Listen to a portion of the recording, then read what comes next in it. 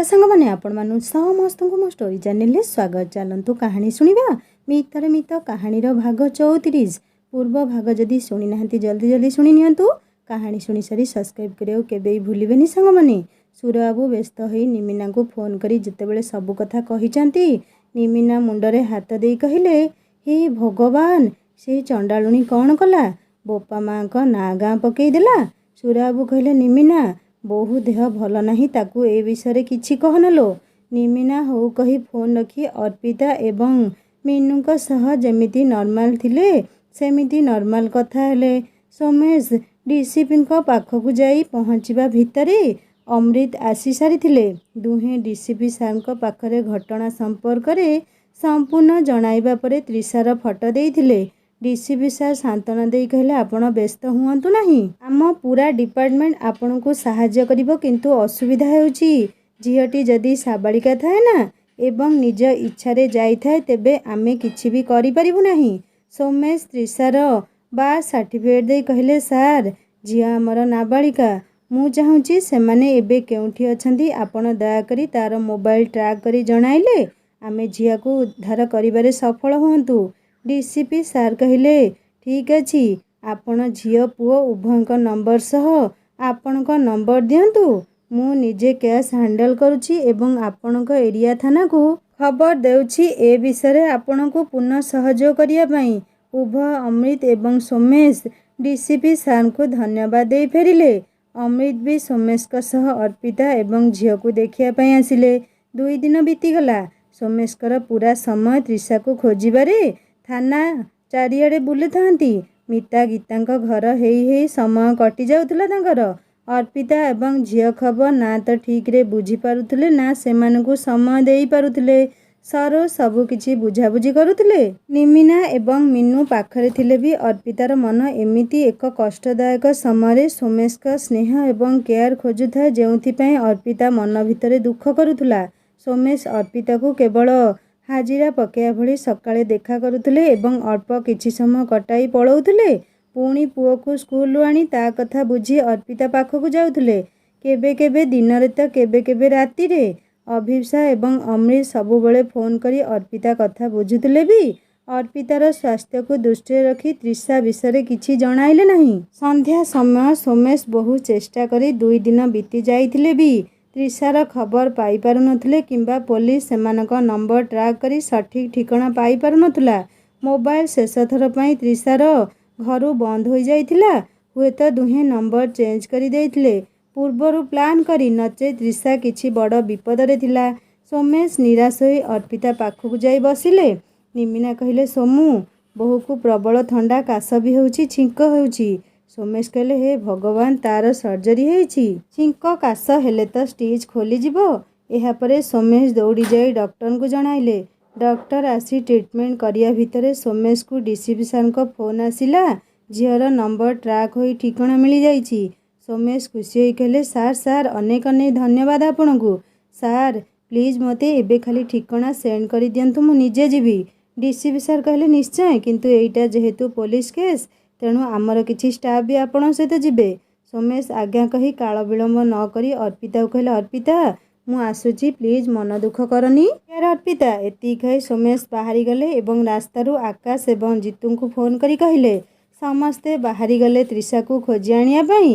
अर्पिता को सोमेश का एमिति दायित्वहीनता व्यवहार भारी खराब लगुथाए। अर्पिता मुंड भितरे कौन भर्ती करी देई थाए केजाणी। ताकू लागुथला सोमेश आउ आग भली नाहंती कि आग भली तार केयर नेउ नाहंती। मन को मन अर्पिता कहला, कौन हेई पारे एहार कारण, ये तो एमिति मनीष नुहे जीए सबुबले अन्यर सहायता पई तत्पर। आजी तांकु तांको स्त्री छुआ जेतेबेले खोजुछंती सेतेबेले से कुआडे एमिति व्यस्त रहुछंती। आजी जाए सोमेशकर एमिति किछि काम नाही जहा स्त्री छुआंक ठारू अधिक महत्वपूर्ण। रोमी जन्म बेले जेउ लोक मास मास धरी रोमी पाखे पाखे रहुतले, सारा दिन सारा राति अर्पिता पाखरे हॉस्पिटल थिले, से आजी केमिति एमिति बदली गले। झीटीए पई केते पूजा केते मानसिक करिथिले, किंतु झीटीए हेबा परे तांकर जेमिति किछि दायित्व नाही। अर्पिता सोमेश का एमिति परिवर्तन रे भीषण कष्ट पाउथला। तेणु सरोज को पचाला, सरोज ऑफिस रे कोन काम प्रेशर रहउची अधिका। सरोज कहले, नाई मैडम ସାର୍ ଅନ୍ୟ ଏକ ଟେନସନରେ ଫସି ଯାଇଛନ୍ତି ତ ସେଇଥିପାଇଁ ସିଆଡ଼େ ବ୍ୟସ୍ତ ରହୁଛନ୍ତି। ତେବେ ଆପଣ ବ୍ୟସ୍ତ ହୁଅନ୍ତୁ ନାହିଁ, ସାର୍ ଖୁବ୍ ଶୀଘ୍ର ଫ୍ରି ହୋଇଯିବେ। ଅର୍ପିତା ଅଡ଼ୁଆ ସୂତାରେ ଛନ୍ଦି ହୋଇଯାଇଛି। ସରୋଜଙ୍କ ଉତ୍ତରରେ ବି କାହିଁକି କେଜାଣି ଅର୍ପିତା ସନ୍ତୁଷ୍ଟ ହୋଇପାରିଲା ନାହିଁ। ଅର୍ପିତା ମନକୁ ମନ କହିଲା, ସୋମେଶ ମୋତେ କିଛି ଗୋଟେ ଲୁଚାଉଛନ୍ତି। ତେବେ କ'ଣ ହୋଇପାରେ ସେ କଥା? ସୋମେଶ ମୋତେ ଠକୁ ନାହାନ୍ତି ତ? ନା ନା, ତାଙ୍କ ଭଳି ବ୍ୟକ୍ତିତ୍ୱଙ୍କ ଉପରକୁ ମୁଁ ଆଙ୍ଗୁଠି ଉଠାଇବା ମସ୍ତ ବଡ଼ ଭୁଲ ହେବ ଏବଂ ବିରାଟ ବଡ଼ ଅକ୍ଷମଣୀୟ ପାପ ଅଟେ। ତେବେ କ'ଣ ପାଇଁ ସେ ମୋଠାରୁ ଏମିତି ଦୂରେଇ ରହୁଛନ୍ତି? ଏମିତି କି କାମ ଯେ ନିଜ ଜନ୍ମ କଲା ଛୁଆକୁ ବି ସମୟ ଦେଉନାହାନ୍ତି ଏବଂ ମୋର ଏମିତି ଅବସ୍ଥାରେ ବି ମୋ ପାଖରେ ରହୁନାହାନ୍ତି? କ'ଣ କିଛି ଅସୁବିଧାରେ ପଡ଼ିଯାଇଛନ୍ତି କି ଆଉ? ଅର୍ପିତା ତା ମନର ଦ୍ୱନ୍ଦ୍ୱକୁ ସମାଧାନ କରିପାରୁନଥିଲା କିମ୍ବା ତା ପ୍ରଶ୍ନର ଉତ୍ତର ପାଇପାରୁନଥିଲା। ମିନୁ ବି ଆଶ୍ଚର୍ଯ୍ୟ ହେଉଥିଲେ ସୋମେଶ କ'ଣ ପାଇଁ ଅର୍ପିତା ଦାୟିତ୍ୱ ନେଉନାହାନ୍ତି। ଅର୍ପିତା ଅଭିପ୍ସାକୁ ନିଜ ମନର କ୍ଷୋଭ ପ୍ରକାଶ କରି ମେସେଜ କରିଲା ଯେତେବେଳେ ଅଭିପ୍ସା ତୁରନ୍ତ ଉତ୍ତର ଦେଲା, ଚାନ୍ଦଲୋ, ରାମଚନ୍ଦ୍ରରେ କଳଙ୍କ ଥାଇପାରେ କିନ୍ତୁ ସୋମେଶ ଭାଇଙ୍କ ଦେହରେ କଳଙ୍କ ଶବ୍ଦ ଅସମ୍ଭବ। ତୁ କେମିତି ଅନାବନା ଭାବନା ମୁଣ୍ଡରେ ଭର୍ତ୍ତି କରିପାରୁଛୁ? ପାଗେଳି, ତୋ ଦେହ ଖରାପ ବୋଲି ତ ସେ ତୋତେ କହିବା ପାଇଁ ମନା କରିଥିଲେ ସମସ୍ତଙ୍କୁ, କିନ୍ତୁ ତୁ ଯେତେବେଳେ ଦେବତୁଲ୍ୟ ଲୋକଙ୍କୁ ଏଇ ପ୍ରଶ୍ନ ଉଠାଉଛୁ, ମୁଁ କହୁଛି ଶୁଣ, ତୋ ଭାଣିଜୀ ତ୍ରିଷା 3 ଦିନ ହେବ କୁଆଡ଼େ ପଳେଇଛି, ତାର ଖବର ମିଳୁନି। ସୋମେଶ ଭାଇ ସେଇଥିପାଇଁ ବ୍ୟସ୍ତ ଆଉ ମନ ଦୁଃଖରେ ଅଛନ୍ତି। ଅର୍ପିତା ଯେତେବେଳେ ଅଭିପ୍ସାଠାରୁ ଏସବୁ ଶୁଣିଲା ମନକୁ ମନ ନିଜକୁ ଗାଳି ଦେଇ କହିଲା, ଛି ଅର୍ପିତା, ଛି, ଧିକ୍ ତୋ ଭଲ ପାଇବା, ଧିକ୍ ତୋ ସ୍ତ୍ରୀ ପଣିଆକୁ। କିଛି ଦିନ ବି ଅପେକ୍ଷା କରିପାରିଲୁ ନାହିଁ ଯେ ତାଙ୍କ ଭଳି ମଣିଷ ବିଷୟରେ ଏତେ ଖରାପ ଭାବିପାରିଲୁ? ହେ ଭଗବାନ, ମୋ ଅଜାଣତରେ ମୁଁ କେତେ ବଡ଼ ଭୁଲ କରିଦେଲି। ଏହାପରେ ଅର୍ପିତା ନିମିନାକୁ ମିଛରେ କହିଲା, ସାନ ବୋଉ ଟିକେ ନର୍ସକୁ ଡାକି ଆଣିବ। ନିମିନା ଯିବା ପରେ ଅର୍ପିତା ମିନୁକୁ ସବୁ କଥା କହିଲା, ବୋଉଲୋ, ମୁଁ ଯେ କେତେ ବଡ଼ ଭୁଲ କରିବାକୁ ଯାଉଥିଲି। ଇଏ କେତେ ହଇରାଣ ହେଉଛନ୍ତି ଅଥଚ ମୁଁ କେମିତି ବୁଝିପାରିଲିନି କେଜାଣି। ମିନୁ କହିଲେ, ହେ ପ୍ରଭୁ, ମୋ ଏଡ଼େ ସୁନ୍ଦର ହୃଦୟ ଥିବା ଜ୍ୱାଇଁଙ୍କୁ ମୁଁ ବି କମ୍ ଖରାପ ଭାବିନି। ହଉ ମା, ଆଉ ବେଶୀ ଚିନ୍ତା କରନି। ଭାଗ୍ୟ ଭଲ ତୁ ତାଙ୍କୁ କିଛି କହିନୁ, ନହେଲେ ତାଙ୍କୁ ନିଶ୍ଚୟ ଖରାପ ଲାଗିଥାନ୍ତା। ନିମିନା ଆସିବାରୁ ଦୁହେଁ ଚୁପ୍ ହୋଇଗଲେ। ଆକାଶ ଯାଜପୁରରୁ କଟକ ଯାଇ ଡିସିପିଙ୍କୁ ଦେଖା କରି ସିଧା ସ୍ପେଶାଲ ଫ୍ଲାଇଟ୍ ଟିକେଟ୍ କରି ବାହାରିଗଲେ କୋଲକାତା, ଯେଉଁଠି ତ୍ରିଷାର ମୋବାଇଲ କିଛି ସମୟ ପାଇଁ ଅନ୍ ଥିବାରୁ ଲୋକେସନ୍ ଦେଖାଇଥିଲା। କୋଲକାତା ଏୟାରପୋର୍ଟରୁ ବାହାରି ସମସ୍ତେ ତ୍ରିଷାକୁ ଖୋଜିବାକୁ ଗାଡ଼ି କରି କିଛି ସମୟର ଯାତ୍ରା ପରେ ଯାଇ ପହଞ୍ଚି ଯାଇଥିଲେ ଟ୍ରାକ୍ ହୋଇ ଲୋକେସନ୍ ଦେଖାଇଥିବା ସ୍ଥାନରେ। ନିକଟରେ କିଛି ଜଣଙ୍କୁ ଯେତେବେଳେ ତ୍ରିଷା ଏବଂ ବିଶାଲର ଫଟୋ ଦେଖାଇ ପଚାରିଥିଲେ, ଆଜ୍ଞା, ଏମାନଙ୍କୁ ଏଠି ଆଖପାଖରେ କେଉଁଠି ଦେଖିଛନ୍ତି କି? କେହି ମନା କଲେ, କିନ୍ତୁ କେହି ହଁ କହିବା ସହ ଦୁହେଁ ରହୁଥିବା ଘର ଦେଖାଇଦେଲେ। ସୋମେଶ ଏବଂ ଆକାଶ ଏବଂ ଜିତୁ ଦୌଡ଼ିଲେ ସେଇ ଘର ଆଡ଼କୁ। କୋଲକାତାର ସରୁ ଗଳି, ଗଳିର ଦୁଇପଟେ ଛୋଟ ଛୋଟ ତେଜରାତି ଏବଂ ମିଠା ଦୋକାନ ସହ କିଛି କୌଳିକ ବୃତ୍ତିର ଦୋକାନ। ଯେଉଁ ଘର ଆଗକୁ ଗଲେ ତାହା ଏକ ମଧ୍ୟବିତ୍ତ ପରିବାର ଘର ଭଳି ଲାଗୁଥିଲା। ଘରର କବାଟ ଭିତରୁ ବନ୍ଦ ଥାଏ। ସୋମେଶ କବାଟ ଠକ୍ ଠକ୍ କଲେ, କିନ୍ତୁ କେହି ଯେତେବେଳେ ଖୋଲିଲେ ନାହିଁ, ଆକାଶ ଧକ୍କା ଦେଇ କବାଟ ଭାଙ୍ଗିବାକୁ ଯିବାବେଳେ ସୋମେଶ ଅଟକେଇ ଦେଇ କହିଲେ, ନାଇଁ ଆକାଶ, ଯଦି ତ୍ରିଷା ଏଠି ନଥିବ ତେବେ ଆମେ ଘର ଭାଙ୍ଗିବା ଭୁଲ ହୋଇଯିବ। ସୋମେଶ ପୁଣି ଠକ୍ ଠକ୍ କଲେ। କିଛି ସମୟ ପରେ ଯେତେବେଳେ ତ୍ରିଷା ଆସି କବାଟ ଖୋଲି କବାଟ ଫାଙ୍କ ଭିତରୁ ଚାହିଁବା ପରେ ହଠାତ୍ ଏମାନଙ୍କୁ ଦେଖି ତ୍ରିଷା କବାଟ ଦେଇଦେବାକୁ ଚେଷ୍ଟା କରୁ କରୁ ଆକାଶ ତ୍ରିଷାକୁ ଦେଖି ରାଗର ଶେଷ ସୀମାରେ ପହଞ୍ଚି ଯାଇ ନିଜର ହିତାହିତ ଜ୍ଞାନ ଭୁଲି କବାଟକୁ ଏକ ଶକ୍ତ ଗୋଇଠା ଦେଲେ। ଗୋଇଠାର ଆଘାତ ଏତେ ଶକ୍ତ ଥିଲା ଯେ ତ୍ରିଷାର ଆଉ କାବୁ ପାଇଲା ନାହିଁ। କବାଟ ଖୋଲିଗଲା ଏବଂ ତ୍ରିଷା 2 ହାତ ଦୂରକୁ ଛିଟିକି ପଡ଼ିଲା ଘର ଭିତରେ। ସୋମେଶ ଆକାଶକୁ ଅଟକାଇବାକୁ ଯାଇ ଧରିନେଲେ। ସୋମେଶ ପୁରା ଘର ଭିତରେ ଆଖି ବୁଲାଇ ଆଣିଲେ। ଘରଟି ଏକଦମ ଛୋଟ। ଘରର କବାଟ ପୁରୁଣା, କେଉଁ ଅମଳର ଯେ ଠାଏ ଠାଏ ଉଇ ଲାଗିଯାଇଥିଲା। ଘର ଭିତରେ କିଛି ନାହିଁ, କେବଳ ତଳେ ପକାଯାଇଥିଲା ପ୍ଲାଷ୍ଟିକ ସପ ଖଣ୍ଡେ ଏବଂ ଗୋଟେ ସିଙ୍ଗଲ ବେଡ୍କୁ ହେବା ଭଳି ଚାଦର ଖଣ୍ଡେ। ଘର ଭିତରେ କଣ୍ଟା ବାଡ଼ା ହୋଇ ଏପଟରୁ ସେପଟ ଯାଏ ବନ୍ଧା ଯାଇଥିଲା ଗୋଟେ ରଶି, ଯେଉଁଥିରେ ପଡ଼ିଥିଲା ପ୍ୟାଣ୍ଟ ସାର୍ଟ 2 ଖଣ୍ଡ। ଘରର ଆଉ ଏକ କୋଣକୁ ରଖାଯାଇଥାଏ ଷ୍ଟୋଭ ଗୋଟେ ଆଉ ବାସନ 2 ଖଣ୍ଡ। ଘର ଆଡ଼ୁ ଆଖି ଫେରାଇ ସୋମେଶ ତ୍ରିଷାକୁ ଚାହିଁଲେ। ତ୍ରିଷା ପିନ୍ଧିଥାଏ ଉପରେ ଶସ୍ତା ଟପ୍ ଖଣ୍ଡେ ଏବଂ ସ୍ପୋର୍ଟ ପ୍ୟାଣ୍ଟ ଗୋଟେ। ଚୁଟି ତାର ଅଲରା, ମୁହଁ ଶୁଖି ଏକଦମ କଳାକାଠ ପଡ଼ିଯାଇଥିଲା। ଏମାନଙ୍କୁ ଦେଖି ଭୟରେ ଥରୁଥାଏ ସେ। ଆକାଶ ତ୍ରିଷା ଆଡ଼କୁ ରାଗରେ ତା ପାଖକୁ ମାଡ଼ିଯାଇ କହିଲେ, ଧିକ୍ ତୋ ଜୀବନ! ଏଇ ଭିକାରୀ ଜୀବନ ବଞ୍ଚିବା ପାଇଁ ତୁ ଏତେ ଅୟସ ଆରାମରେ ବଢ଼ିଥିଲୁ। ଏସବୁ ଦେଖି ଇଚ୍ଛା ହେଉଛି ନା ଏଇଠି ଏଇନେ ତ ତଣ୍ଟି ଚିପି ମାରିଦେବି। ଆକାଶଙ୍କର ଉଗ୍ର ରୂପ ଦେଖି ଧରିନେଲେ ଜିତୁ। ସୋମେଶ କହିଲେ, ଶାନ୍ତ ହୁଅ ଆକାଶ, ଏବେ ଏସବୁ ସମୟ ନୁହେଁ। ଆକାଶ କହିଲେ, କେମିତି ଶାନ୍ତ ହେବି ଭାଇ? ଏହାପରେ ଆକାଶ ଚଢ଼ା ଗଳାରେ କହିଲେ, ସେ ଟୋକା କୁଆଡ଼େ ଗଲା? ଆକାଶଙ୍କ ରାଗ ଦେଖି ତ୍ରିଷା ବରଡ଼ା ପତ୍ର ଭଳି ଥରୁଥାଏ, ପାଟି ତାର ଖନି ମାରି ଯାଉଥିଲା। ସୋମେଶ ତ୍ରିଷା ପାଖକୁ ଯାଇ ତାକୁ କୋଳେଇ ନେଇ ତାର ମୁଣ୍ଡକୁ ନିଜ ଛାତି ଉପରେ ଆଉଜେଇ ଦେଇ କହିଲେ, ମୋ ଧନ, ମୋ ମା ଲୋ, ତୋର ଏମିତି କ'ଣ ଅସୁବିଧା ହେଲା ଯେ ଏତେ ବଡ଼ ନିଷ୍ପତ୍ତି ନେଇଗଲୁ? ଆରେ କିଛି ନ ହେଲେ ତୋ ମାମୁଁକୁ ମନ କଥା କହିଥାନ୍ତୁ ଯଦି ମୁଁ କ'ଣ ତୋ ମନ କଥା ବୁଝି ନଥାନ୍ତି? ସୋମେଶଙ୍କ ସ୍ନେହପୂର୍ଣ୍ଣ କଥାରେ ତ୍ରିଷା ଆଖିରୁ ଅନବରତ ଲୁହ ଗଡ଼ି ଚାଲିଲା। ସ୍ଥିର ନିଶ୍ଚଳ ହୋଇ ଛିଡ଼ା ହୋଇଥାଏ ସେ। ସୋମେଶ ତ୍ରିଷାର ମୁହଁକୁ ନିଜ ହାତରେ ତୋଳି ଧରି କହିଲେ, ଏ ମା, ଚାହିଁଲୁ ମୋତେ ଥରେ? ତ୍ରିଷା ସୋମେଶଙ୍କ ମୁହଁକୁ ଚାହିଁବାରୁ ସୋମେଶ କହିଲେ, ମା ରେ, କ'ଣ ଏମିତି ହେଲା ରେ? ତୁ ଏତେ ବଡ଼ ଭୁଲ ଡିସିସନ୍ ନେଇଗଲୁ ଥରଟିଏ। ବାବା, ଦାଦା, ଜେଜ କି ମାମୁଁର ମାନ ସମ୍ମାନ କଥା ଚିନ୍ତା କଲୁନି? ବାବା କ'ଣ ତୋର କେଉଁଥିରେ ଅବହେଳା କରିଥିଲେ? ତେବେ ନିଜ କ୍ୟାରିୟର, ନିଜ ଭବିଷ୍ୟତ କଥା ଚିନ୍ତା ନ କରି ତୁ ଏତେ ବଡ଼ ଭୁଲ ନିଷ୍ପତ୍ତି ନେଇଗଲୁ କାହିଁକି? ଥରଟିଏ ମୋତେ କହିଥାନ୍ତୁ କି? ମୁଁ ତୋର ପାଠପଢ଼ା ପରେ ବାହାଘର ଏଇ ପୁଅ ସହ ଧୁମଧାମରେ କରିଥାନ୍ତି। ଏ ମା, କାହିଁକି ଏମିତି ଭୁଲ ନିଷ୍ପତ୍ତି ନେଇଗଲୁ? ତୁ ପରା ମୋ ସୁନା ଝିଅ। ସୁନା ଝିଅମାନେ କ'ଣ ଏମିତି ଭୁଲ କରନ୍ତି? ମା ରେ, ବାହାଘର, ପିଲାଛୁଆ, ସଂସାର ପାଇଁ ତ ଲମ୍ବା ଜୀବନ ଥିଲା, କାହିଁକି ନିଜ ଭବିଷ୍ୟତକୁ ନିଜ ହାତରେ ଦଳି ଚକଟି ନଷ୍ଟ କରିଦେଲୁ? ତ୍ରିଷା ଆଉ କିଛି ଶୁଣିପାରିଲା ନାହିଁ। ସୋମେଶକୁ ମାଡ଼ି ବସି ଦୁଇ ହାତରେ କୁଣ୍ଢେଇ ଧରି ଭେଁ ଭେଁ ହୋଇ କାନ୍ଦିବାକୁ ଲାଗିଲା ଏବଂ ବସିଯାଇ ସୋମେଶଙ୍କ ଗୋଡ଼ ଦୁଇଟିକୁ ନିଜ ହାତରେ ଛନ୍ଦି କହିଲା, ମୋର ଭୁଲ ହେଇଯାଇଛି ମାମୁଁ, ମୋତେ କ୍ଷମା କରିଦିଅ, ମୋତେ କ୍ଷମା କରିଦିଅ ମାମୁଁ। ତ୍ରିଷା ଆଖିର ଲୁହ ଦେଖି ସୋମେଶଙ୍କ ଆଖିରେ ଲୁହ ଜକେଇ ଆସିଲା ଏବଂ ଜିତୁ ଆଖିରେ ବି ଲୁହ ଜକେଇ ଆସିଲା। ଆକାଶ କିନ୍ତୁ ରାଗି ତ୍ରିଷାର ଚୁଟିକୁ ମୁଠେଇ ଧରି କହିଲେ, ନାଁ ଗାଁ ପକେଇ ସାରି କ୍ଷମା ମାଗୁଛୁ? ଛି ଛି, ତୁ ଝିଅ ପଣିଆକୁ କେଉଁ ମୁହଁରେ କ୍ଷମା ମାଗୁଛୁ? ବିଷ ଟିକେ ମିଳିଲା ନାହିଁ ତୋତେ? କ'ଣ ତୋର ଅସୁବିଧା କରିଥିଲି ରେ? ଗୋଟେ ସେକେଣ୍ଡରେ ମୋ ଇଜ୍ଜତ ମାଟିରେ ମିଶେଇ ଦେଲୁ। ମୋର ଗୋଟେ ଝିଅ ବୋଲି ଗର୍ବରେ ମୋ ଛାତି ଫାଟି ପଡ଼ୁଥିଲା।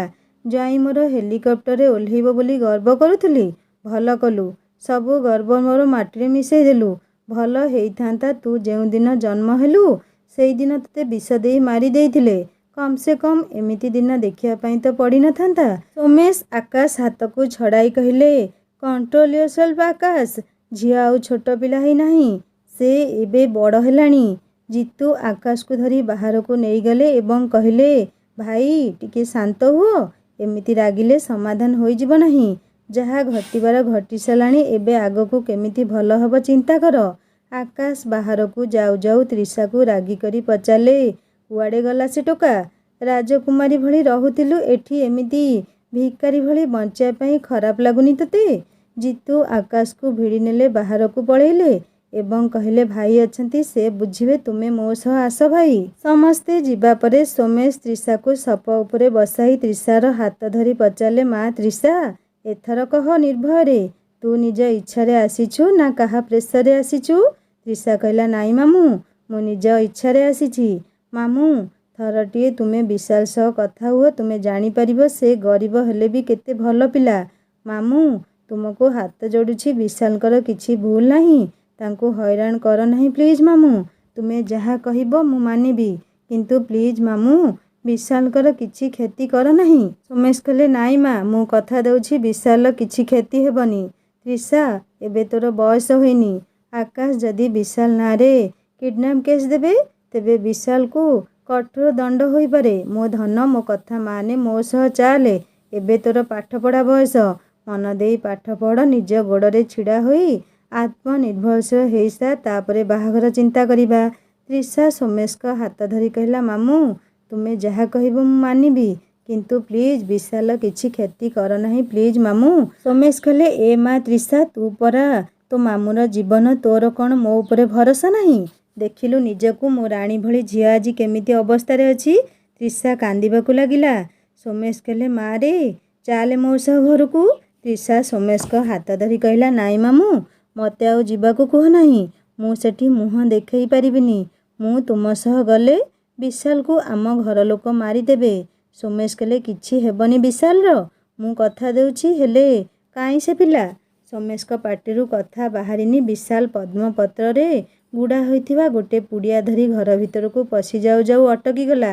ବାହାରେ ପୋଲିସ ଏବଂ ଆକାଶ। ଜିତୁଙ୍କୁ ଦେଖି ଡରି ଯାଇଥିଲା ସେ। ସୋମେଶକୁ ଦେଖି ନମସ୍କାର ପକାଇ ଚୁପଚାପ ଛିଡ଼ା ହେଲା। ସୋମେଶ ପଚାରିଲେ ବିଶାଲ, ତ୍ରିଷା ସିନା ଛୋଟ ପିଲା, ଆଇନ କାନୁନ ଜାଣିନି, କିନ୍ତୁ ତୁମେ ତ ବଡ଼ ପିଲା। ତୁମେ କେମିତି ଏତେ ବଡ଼ ଭୁଲ କରିଲ?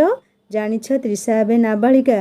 ତାକୁ ଅପହରଣ କେସ୍ରେ ତୁମକୁ ଆଜୀବନ କାରାଦଣ୍ଡ ହୋଇପାରେ। ବିଶାଲ ଚୁପଚାପ ଛିଡ଼ା ହୋଇଥାଏ। ତ୍ରିଷା କହିଲା ପ୍ଲିଜ୍ ମାମୁଁ, ମୁଁ ଯିବି ତୁମ ସହ। ବିଶାଲକୁ ହଇରାଣ କର ନାହିଁ। ମୁଁ ନିଜ ଇଚ୍ଛାରେ ଆସିଛି। ସୋମେଶ କହିଲେ ହଉ ମା, ତୁ ଚୁପଚାପ ବସ୍, ମୁଁ ବୁଝୁଛି। ଏହାପରେ ବିଶାଲକୁ ପଚାରିଲେ ବିଶାଲ, ଜାଣିଛ ତ୍ରିଷା ଛୋଟବେଳୁ କେତେ ଅଏସ୍ ଆରାମରେ ବଢ଼ିଛି। ତୁମେ ତାକୁ ଆଣି ଏମିତି ରଖିଛ କହିଲ, ଏମିତି ଜୀବନ କେତେ ଦିନ? ବିଶାଲ କହିଲା ଆଜ୍ଞା ମାମୁଁ, ଆପଣ ଠିକ୍ କହୁଛନ୍ତି ଯେ, କିନ୍ତୁ ମୋର ନିଜ ଉପରେ, ନିଜ ପରିଶ୍ରମ ଉପରେ ଯଥେଷ୍ଟ ଭରସା ଅଛି। ବିଶାଲକୁ ସୋମେଶ ପଚାରିଲେ ତ୍ରିଷାକୁ କ'ଣ ତୁମେ ଧନ ଲୋଭରେ ନେଇ ଆସିଲ? ବିଶାଲ କହିଲା ମାମୁଁ, ଯେଉଁ ପୁଅର ନିଜ ପରିଶ୍ରମ ଉପରେ ଭରସା ନଥାଏ ସେ ଅନ୍ୟ ସମ୍ପତ୍ତି ଲୋଭ କରେ। ମୋର ତ୍ରିଷା ଘର ସମ୍ପତ୍ତି ଉପରେ ତିଳେ ମାତ୍ର ଲୋଭ ନାହିଁ। ମୁଁ ତ୍ରିଷାକୁ ଭଲ ପାଏ ଏବଂ ସାରା ଜୀବନ ଖୁସିରେ ରଖିବାକୁ ଚାହେଁ। ସୋମେଶ କହିଲେ ବାବୁ, ନୂଆ ନୂଆ ଏମିତି ଜୀବନ ଭଲ ଲାଗେ, କିନ୍ତୁ ମାସେ 2 ମାସରୁ ଅଧିକ ହେଲେ ସବୁ ନିଶା ଉତୁରିଯାଏ ଆଉ ସମ୍ପର୍କରେ ଫାଟ ହୁଏ। ଜୀବନର ରାସ୍ତା ଏତେ ସହଜ ନୁହେଁ ବାବୁ। ବିଶାଲ ଆଣ୍ଠେଇ ପଡ଼ି କହିଲା ମାମୁଁ, କ୍ଷମା କରିବେ, ଆପଣଙ୍କଠାରୁ ବହୁତ କିଛି ଶିଖିଛି ଏବଂ ଆପଣଙ୍କ ଜୀବନଯାତ୍ରା ସମ୍ପର୍କରେ ତ୍ରିଷାଠାରୁ ଅନେକ କିଛି ଶୁଣିଛି। ମାମୁଁ, ଆପଣ ତ ଆମ ପ୍ରେରଣା। ଆପଣ ଯଦି ଏତେ କଷ୍ଟ ପାଇ ଜୀବନଯାତ୍ରାରେ ହାରିଯାଇ ନାହାନ୍ତି, ତେବେ ମୁଁ କ'ଣ ପାଇଁ? ସୋମେଶ ବିଶାଲକୁ କୁଣ୍ଢେଇ ପକାଇ କହିଲେ ବିଶାଲ, ଯାହା ଜାଣିବାର ଥିଲା ଜାଣିଲି, ଆଉ ଯାହା ଦରକାର ନାହିଁ। ମୋର ବିଶ୍ୱାସ ତୁମେ ତ୍ରିଷାକୁ ଖୁସିରେ ରଖିବ। କିନ୍ତୁ ବିଶାଲ, କଥା ହେଉଛି ତ୍ରିଷା ଏବେ ଛୋଟ ପିଲା, ତା'ର ଭବିଷ୍ୟତ ଅଛି। ତେଣୁ ସେ ପାଠ ପଢ଼ିବା ଦରକାର। ମୁଁ ତ୍ରିଷାକୁ ସାଙ୍ଗରେ ନେଇଯିବି। ତୁମେ ବି ଆମ ସହ ଘରକୁ ଫେରିଚାଲ। ତ୍ରିଷା ପାଠପଢ଼ା ସରୁ, ୟା ଭିତରେ ତୁମେ ବି ୱେଲ୍ ସେଟଲ୍ ହୋଇଯାଅ। ତାପରେ ତୁମ ଦୁହିଁଙ୍କ ବାହାଘର ମୁଁ ନିଜେ କରେଇଦେବି। ବିଶାଲ ନମ୍ର ଭାବରେ କହିଲା ଆଜ୍ଞା ମାମୁଁ, ଯେମିତି ଆପଣଙ୍କ ଇଚ୍ଛା। ତ୍ରିଷା କିନ୍ତୁ କହିଲା ମାମୁଁ, ମୋର ଆଉ ମୁହଁ ନାହିଁ, ମୁଁ ଘରକୁ ଯାଇପାରିବିନି। ସୋମେଶ କହିଲେ ତୁ ଘରକୁ ଯିବା ଦରକାର ନାହିଁ, ଆମ ଘରକୁ ଚାଲ, ମୋ ପାଖରେ ରହିବୁ। ତ୍ରିଷା କହିଲା ନାଇଁ ମାମୁଁ, ମୋର ଆଉ ମୁହଁ ନାହିଁ ଅଜା, ଆଈ, ମାଇଁଙ୍କୁ ମୁହଁ ଦେଖେଇବାକୁ। ସୋମେଶ କହିଲା ଆଚ୍ଛା ଠିକ୍ ଅଛି, ଆମେ ଗୋଟେ କାମ କରିବା, ତୋତେ ମୁଁ ହଷ୍ଟେଲରେ ରଖିଦେବି, ତୁ ସେଠି ରହି ପଢ଼। ଛୁଟି ହେଲେ ତୁ ଆମ ଘରେ ରହିବୁ। ଏହା ଭିତରେ ଆକାଶ ଏବଂ ଜିତୁ ଆସି ସାରିଥିଲେ। ସୋମେଶ ଦୁହିଁଙ୍କୁ ସବୁ କଥା ଜଣାଇ କହିଲେ ଆକାଶ, ଯେତିକି ମୁଁ ବିଶାଲ ସହ କଥା ହେଲି, ଅନୁଭବ କଲି ବିଶାଲଠାରୁ ଅଧିକ କେୟାର ଆମ ଝିଅର କେହି ନେଇପାରିବେ ନାହିଁ। ତେଣୁ ଭାବୁଛି ତ୍ରିଷାକୁ ଘରକୁ ନେଇଯାଇ ପାଠ ପଢ଼ାଇବା ଏବଂ ପାଠ ପଢ଼ା ସରିଲେ ଦୁହିଁଙ୍କୁ ବିବାହ କରାଇଦେବା। ଆକାଶ କହିଲେ ଭାଇ, ମୋ ଝିଅକୁ ମୁଁ ବିଷ ଦେଇ ମାରିଦେବି ପଛେ ଏଇ ଭିକାରୀ ହାତରେ କେବେ ବି ଦେବିନି। ପଚାରିଲ ୟାକୁ, ମୋ ଝିଅର ଗୋଟେ ଦିନର ଖର୍ଚ୍ଚ ଇଏ ତୁଲେଇ ପାରିବ ତ? ସୋମେଶ କହିଲେ ଆକାଶ, ମୁଁ ବୁଝୁଛି ତୁମ ଭାବନାକୁ ଏବଂ ତ୍ରିଷା ପ୍ରତି ତୁମ ଭଲ ପାଇବା, କିନ୍ତୁ ଆକାଶ, ଦୁହେଁ ଯେତେବେଳେ ଘରୁ ଗୋଡ଼ କାଢ଼ି ପରସ୍ପର ସହ ଏକାଠି ରହିଛନ୍ତି, ତ୍ରିଷାକୁ ଏମିତି ବଦନାମ କରିବା ଠିକ୍ ହେବନି। ଲୋକ କ'ଣ କହିବେ? ଆକାଶ କହିଲେ ଭାଇ, ମୋର ଲୋକଙ୍କ କଥାରୁ କିଛି ଯାଏ ଆସେ ନାହିଁ। ଲୋକ କହିବେ ବୋଲି ମୁଁ କ'ଣ ଜାଣି ଜାଣି ମୋ ଝିଅକୁ ଏଇ ଟୋକା ହାତରେ ଛନ୍ଦି ଦେବି? ନା, କସ୍ମିନ୍ କାଳେ ନୁହେଁ। ସୋମେଶ କହିଲେ ଆକାଶ, ଲୋକଙ୍କ କଥାକୁ ଡରି ନୁହେଁ। ମୁଁ କ'ଣ କହୁଛି ବୁଝିବାକୁ ଚେଷ୍ଟା କର। ଆଚ୍ଛା କୁହ, ତ୍ରିଷାକୁ ଆଉ କେଉଁ ପୁଅ ବିବାହ କରିବାକୁ ରାଜି ହେବେ ତ?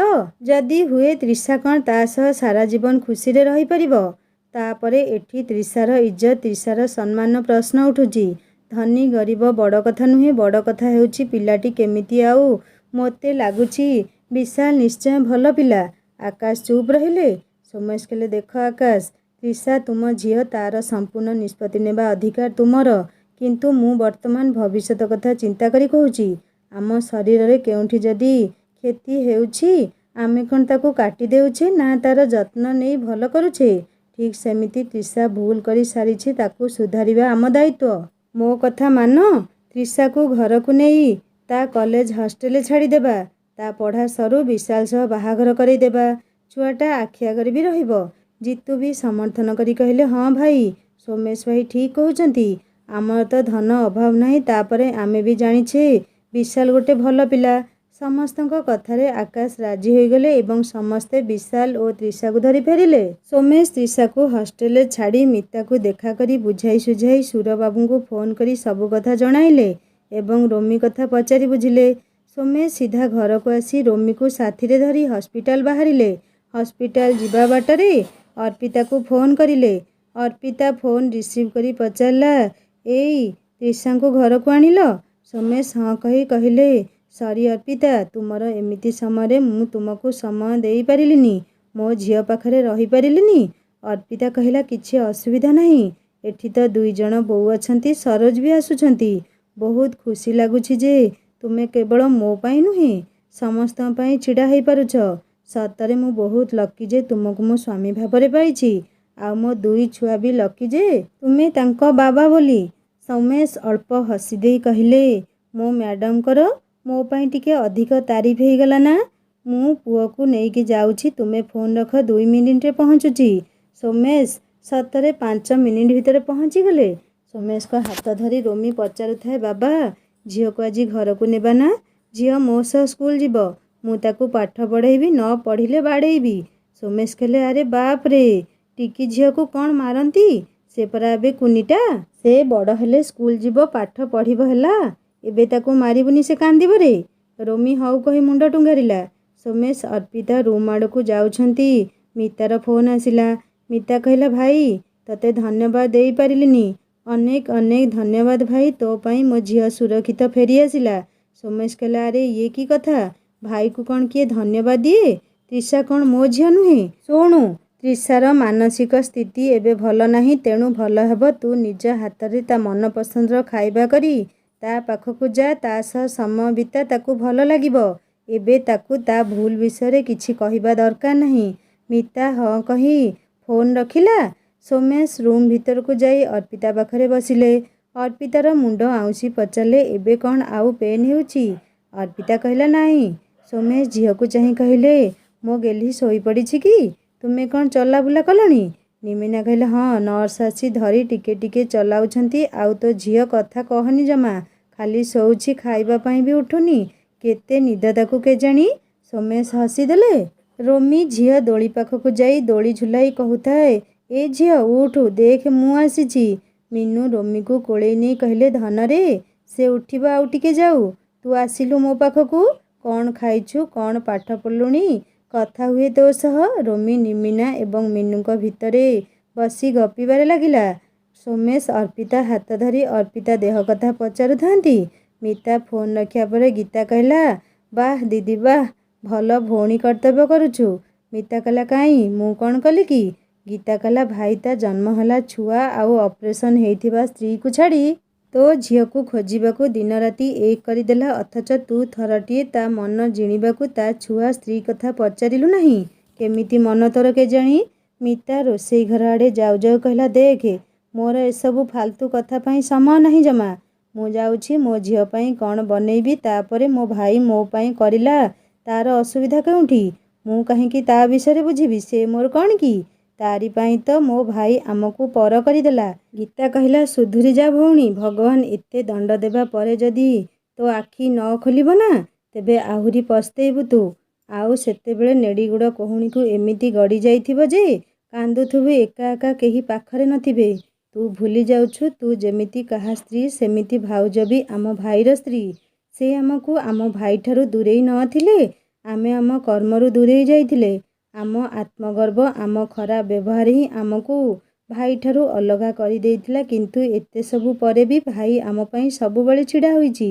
ଗୀତା କଥା ଶୁଣି ଜିତୁ ଏବଂ ଜିତୁଙ୍କ ବୋଉ ବି ସପୋର୍ଟ କରି କହିଲେ, ହଁ, ଗୀତା ଠିକ୍ କହୁଛି। ମିତା କହିଲା, ହେଲେ ମୋ ଭାଇ ମୋ ପାଇଁ କରୁଛି, ତା ପାଖରେ ମୁଣ୍ଡ ନୁଆଇବା କ'ଣ ଦରକାର ଯେ?